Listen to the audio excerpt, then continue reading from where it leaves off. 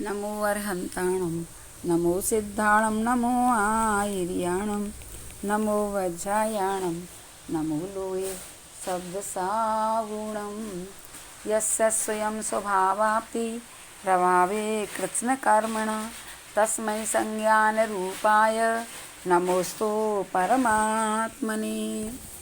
आचार्य गुरुवर्षि विद्यासागर जी महामुनि महाराज की जय। कल अपन लोगों ने जानकारी की थी कि उस आत्मा का स्वरूप क्या है जो स्वसंवेदनात्मक है, जो शरीर से बिल्कुल पृथक है। शरीर के गुणधर्म अलग हैं और आत्मा के गुणधर्म बिल्कुल अलग हैं। जैसे दूध में घृत था, घी का अस्तित्व था और उसे पृथक किया, उसी प्रकार जो आत्मा शरीर में रह रहा है उसमें भी परमात्मा बनने की शक्ति विद्यमान है। पुरुषार्थ पूर्वक उस शक्ति को प्रकट किया जा सकता है।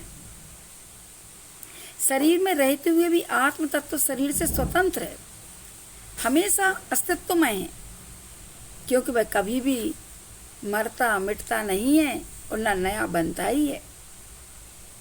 अत्यंत सौख्यवान है क्योंकि उसका सुख उसका स्वभाव है। अतः शरीर में रहते हुए वह सुख कैसा है? छिपा हुआ है। इसलिए शरीर में रहते हुए भी वह सुख स्वरूपी है, उस पर श्रद्धा तो करें। आत्मा में स्वसंवेदन शक्ति विद्यमान है, वह शक्ति भी व्यक्त होती है जब आत्मा उपयोग को लगाता है। तो राख में छिपी हुई अग्नि जैसे राख हटाने पर व्यक्त हो जाती है, वैसे ही कर्मों के आवरण हटने पर उपयोग की पूर्ण शक्ति अर्थात केवल ज्ञान के रूप में व्यक्त हो जाती है। शरीर में रहता हुआ वह आत्म तत्व पूर्ण पुरुषार्थ नहीं कर पा रहा है, इसलिए सुख प्राप्त करने की क्षमता होने पर भी, वह अत्यंत सौख्यवान होने पर भी सुख की अनुभूति से वंचित हो रहा है। और देखो विशेषण दिया था, यह आत्मा लोकालोकाभिलोकना, लोक और अलोक को जानने देखने की क्षमता वाला है, ज्ञाता दृष्टा स्वभाव वाला है। संसारी प्राणी भी देख जान रहा है, लेकिन सबको जानने देखने की आकुलता रहती है। देखो दुनिया में हम पुरुषार्थ करके पर वस्तु को जानते हैं, जानने देखने का प्रयास करते हैं कि मैं इसको जानूं, मैं इसको जानूं, मैं सबको जानूं। यही आकुलता के कारण संकलित परिणाम भी करता है, क्योंकि कषाय करता है, कषाय से बंद करता है। कर्म बंद होकर उदय आने पर पुनः वही ज्यों का त्यों पूरा का पूरा संसार बना रहता है। यही आकुलता नहीं करे, समता भाव से अपने आप को जानने का प्रयास करे, तो अंतर मुहूर्त मात्र में लोक अलोक को जानने की क्षमता को व्यक्त कर सकता है। ऐसा पुरुषार्थ मात्र मानव जीवन में ही किया जा सकता है। देखो पदार्थ की ओर ज्ञान का लुढ़क जाना ही परम आर्त है, पीड़ा है, और पदार्थ का ज्ञान में झलक जाना ही परमार्थ है, क्रीड़ा है। तो केवल ज्ञान में पदार्थ झलकते हैं और छद्मस्त के समय हम पदार्थ की ओर जाते हैं। इसलिए हम जाते हैं, लेकिन आचार्य भगवंत कहते हैं कि जो एकम जाना दी सब जाना दी, जिसने एक को जान लिया उसने सबको जान लिया। तो एक कौन है? वह अपनी आत्मा है। उस आत्मा को जानो, वही जीव ज्ञानी है जिसने अपनी आत्मा को जाना है। वे सभी जीव महान है, धन्य है, तो सारी की सारी झंझटों से दूर रहकर अपने शरीर से अपने को पृथक करते हुए आत्म तत्व में लीन रहने का पुरुषार्थ करते हैं। ऐसे जीव आसन्न भव्य माने जाते हैं और वे संसार से शीघ्र पार हो जाते हैं। आचार्य भगवंत कहते हैं कि जिनकी विषयों की ओर रुचि समाप्त हो गई, कसाय का अभाव नहीं हुआ, फिर भी उपसम भाव बना है, क्षय उपसम है, संसार के प्रति भीरुता का भाव बना रहता है, प्राणी मात्र के प्रति करुणा भाव रहता है, तो समझ लो उसका संसार का तट निकट आ गया। निकट भव्य के कुछ चिन्ह हैं। आचार्य गुणभद्र महाराज जी ने आत्मानुशासन में कहा है कि विषयों में रुचि ना होना, तत्व चिंता की प्यास बनी रहना, आत्म तत्व को देखने का उत्साह बना रहना, इन लक्षणों से हम अपना भविष्य जान सकते हैं। कहते ना, जैसे ज्योतिषी के माध्यम से भविष्य जान का विश्वास कर लेते हो, उसी प्रकार तो ये जिनवाणी माँ के वचन हैं, इन पर विश्वास करो कि यदि मेरे भीतर ये सब लक्षण आ गए तो समझो मेरा संसार का तट अब बहुत निकट आ गया है। अब संसार का तट तो दिखने वाला नहीं है, किंतु उक्त लक्षणावली को देखने में आ सकती है। इसी से अनुमान लगा लो कि अब मुझे संसार में ज़्यादा नहीं रहना है। कहते जैसे जहाँ पर पक्षी मंडराते हैं तो अनुमान लगाया जाता है कि आसपास कहीं सरोवर होना चाहिए। उसी प्रकार यही भी जानने का प्रयास कर लेना चाहिए कि विषय कसाय भोग इत्यादि के प्रति उदासीनता अथवा उपशम के भाव आ रहे हैं, संसार के प्रति भीरुता उत्पन्न हो रही है, कसायों को छोड़ने का ये आत्मा पुरुषार्थ कर रहा है, समता भाव लाने के प्रति उत्सुक है और आत्म तत्व जानने के प्रति हमेशा जागृत रहता है, उत्साह बना रहता है, समझ लो। ऐसे जीवात्मा को जो लोक अलोक को जानने की क्षमता वाला है, तो ऐसी उस आत्मा को जानो। और जो आत्मा को तृणवत भी नहीं मानते, उसका अस्तित्व भी स्वीकार नहीं करते, ऐसे चार्वाक आदि मत पंचभूतों से जीव की उत्पत्ति मानते, वो क्या करेंगे? अजर अमर ही नहीं मानते, स्वसंवेदन युक्त ऐसा भी नहीं मानते। बस भौतिक तत्व सिर्फ देह के बल पर ही या देह के स्तर पर ही लोग जिंदगी जीते हैं। वो इस बात पर विश्वास नहीं कर पाते, वो न उस तत्व को जान पाते हैं।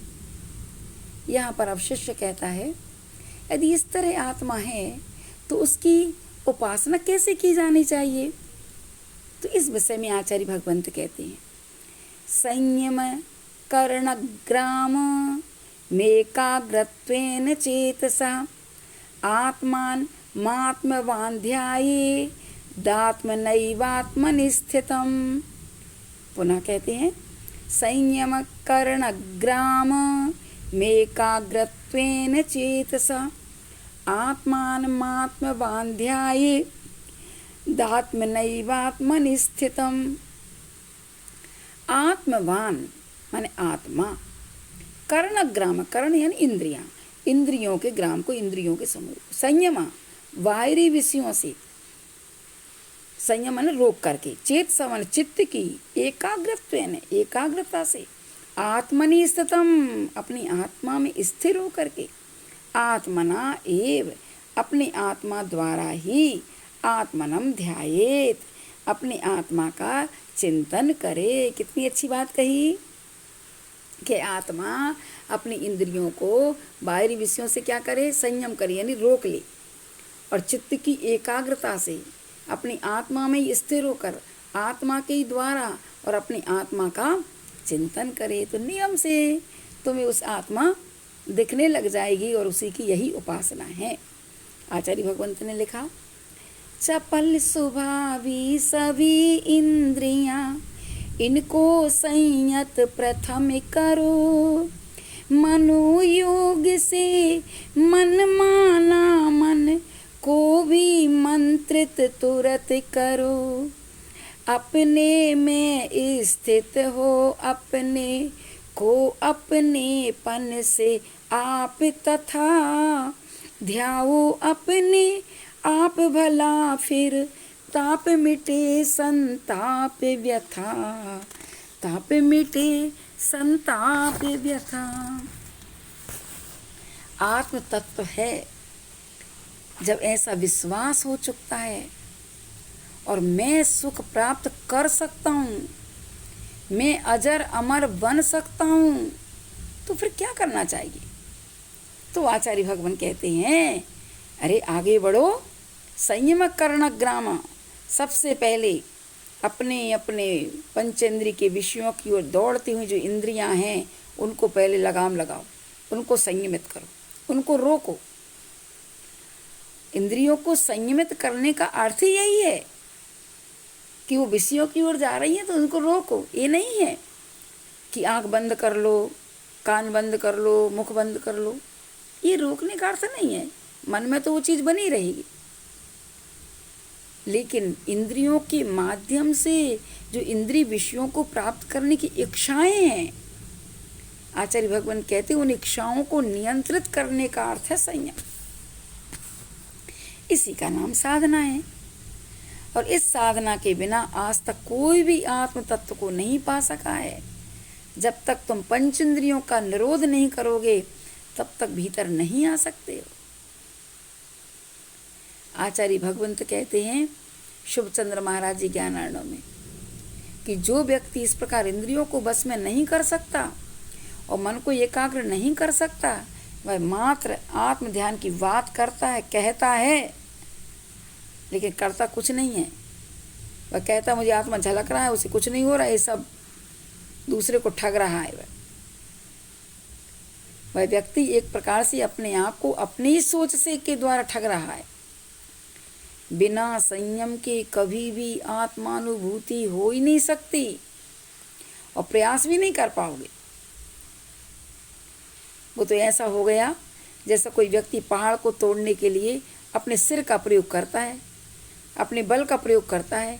अब सोचो, पहाड़ टूटेगा कि सिर टूटेगा? सिर फूटेगा। इसी प्रकार जो बाह्य पंचेंद्रिय के विषयों में लगा हुआ है और सोच रहा है कि मैं आत्म ध्यान करूं, कैसे कर पाएगा? नहीं कर पाएगा। इसलिए आचार्य भगवंत कहते हैं कि पहले अरे तुम भव्य हो, इंद्रियों को संयत बनाओ, फिर उसके बाद क्या कहा? एकाग्रत्वेन चेतसा शब्द दिया। फिर इसके बाद चित्त को एकाग्र करो। जब तक इंद्रियों के विषयों का ग्रहण करने की लालसा नहीं घटेगी, ख्याति लाभ पूजा का भाव नहीं छूटेगा, तब तक मन अन्यत्र बाहर से भीतर आ ही नहीं सकता। मन बाहर कहीं भी जा रहा हो, अंदर आत्म ध्यान की बात भी चल रही हो, यह तीन काल में संभव नहीं है। दोनों चीज कभी नहीं मिल सकते हैं। कई लोग आचार्य भगवान के पास आते हैं और कहते हैं कि गुरुदेव कोई ऐसा मंत्र दे दो, कोई ऐसी साधना बता दो कि जिससे कि हमारा मन जो चंचल है वो स्थिर हो सके। तो आचार्य भगवान कहते हैं कि देखो, मन किसी दूसरे का है कि तुम्हारा अपना है? वो मन कहाँ चला जाता है? जरा सोचो, जरा विचार करो, खुद मन के साथ रहो। जब तुम मन को फ्री छोड़ देते हो तो कहाँ कहाँ चला जाता है। आप जहाँ नहीं जाना चाहते वहाँ भी चला जाता है, भटकता रहता है। तो आचार्य भगवंत कहते हैं कि कम से कम तुम्हें मन का साथ देना चाहिए। साथ मतलब पता तो चले कि वो जा कहाँ रहा है। पहले उस मन को पूछो तो सही, तुम जा कहाँ रहे, क्यों जा रहे हो? और जा रहा है तो उसको रोको कि हम वहाँ नहीं जाने देंगे, और उसको तुरंत खींचो और दूसरी जगह मन को लगाओ। इसलिए आचार्य भगवंत कहते हैं कि मन जा रहा है, जरा जा रहा, कहाँ जा रहा है देखो, क्यों जा रहा है। क्या आप अपने मन से ऐसा कह सकते हो? आप कहोगे मन तो चंचल है, वो तो जाएगा ही। मन चंचल नहीं है, मन चंचल बन गया है बाह्य वस्तुओं से प्रभावित होकर के। उसको यदि हम अपने भीतर ले जाएं और अपनी आत्मा से प्रभावित करें तो नियम से हम उस चंचल मन को रोक सकते हैं। इसलिए आचार्य भगवंत कहते हैं कि अपने मन को कंट्रोल करो। अपने मन को जहाँ तुम जिस आवश्यक करो उस आवश्यक में ही लगाओ मन। पूजा कर रहे हो तो पूजा में लगाओ, स्वाध्याय कर रहे हो तो स्वाध्याय में लगाओ। ऐसा नहीं है कि पूजा तो वचनों से कर रहे हो, मन कहीं और जा रहा है। जब मन के साथ तुम कार्य करने लग जाओगे तो तुम्हें उस कार्य में भी आनंद आने लग जाएगा। फिर तुम्हारा मन कहीं और जगह नहीं जाएगा। इसलिए आचार्य भगवंत कहते हैं मन को अपने भीतर की ओर लाने का प्रयास करो। वस्तुतः मन क्या है? मन ज्ञान की ही परिणति है। आपको जिस वस्तु के प्रति ये विश्वास होता है कि आनंददायी है, तभी मन वहाँ पर जाता है। किंतु जब वहाँ से विश्वास हट जाता है तो मन वहाँ पर जाना बंद कर देता है, क्योंकि वहाँ जाने पर फिर उसे कोई आनंद नहीं आता। इसलिए मन को क्या करना है, जहाँ तुम्हें आनंद, जब हमारी आत्मा की ओर आनंद आने लग जाएगा, आत्म वैभव में उसे आनंद आने लग जाएगा, आत्मा से प्रभावित हो जाएगा, तो फिर बाहर नहीं जाएगा। वो कहेगा अरे अब मुझे वो चीज़ मिल गई जो मैं चाहता था। इसलिए आचार्य भगवंत कहते हैं इंद्रियों को संयत बनाओ, मन को एकाग्र करो, फिर आत्मा के द्वारा तुम आत्म तत्व की ओर पहुँचो। अपनी आत्मा ही आत्मा की ओर तुम्हें ले जाएगी, कोई दूसरा नहीं, अपने आत्मा के परिणाम ही ले जाएंगे। इसलिए अपने जीवन में क्या करना है, उस आत्म तत्व को प्राप्त करना, उस आत्म तत्व की उपासना करना है। तो आपको क्या करना पड़ेगा, बार बार उस आत्म तत्व के बारे में विचार करो। अपनी आत्मा के द्वारा आत्मा में आत्मा को आत्मा देखता है, वही निश्चित रूप से साध्यभूत वस्तु को प्राप्त कर सकता है। पूरे षटकारक वहीं लगाओ, यही एकमात्र रास्ता है। चाहे आप आज करें, चाहे कल, चाहे कभी करें, करना तो आपको यही पड़ेगा। आत्म तत्व प्राप्त करना है तो आपको यही उद्यम करना पड़ेगा। बाहर से भीतर तो आना ही पड़ेगा, और भीतर अपने आत्म तत्व से परिचय करके उस आत्मा में लीन रहना पड़ेगा। और उस आत्मा का चिंतन आगे आएगा, तद्ब्रूया तत्परान प्रेक्षित, सब उसी के बारे में चर्चा करो। और जब ऐसा करोगे तो आपको नियम से अपने आत्म का स्वसंवेदन होगा कि वास्तव में ऐसा हूँ। अभी तक मैं बाहर बाहर रहा, अब मैं भीतर की ओर आ रहा हूँ। इसलिए इतने ही रखें। बोलो आचार्य गुरुवर श्री विद्यासागर जी महामुनि महाराज की जय।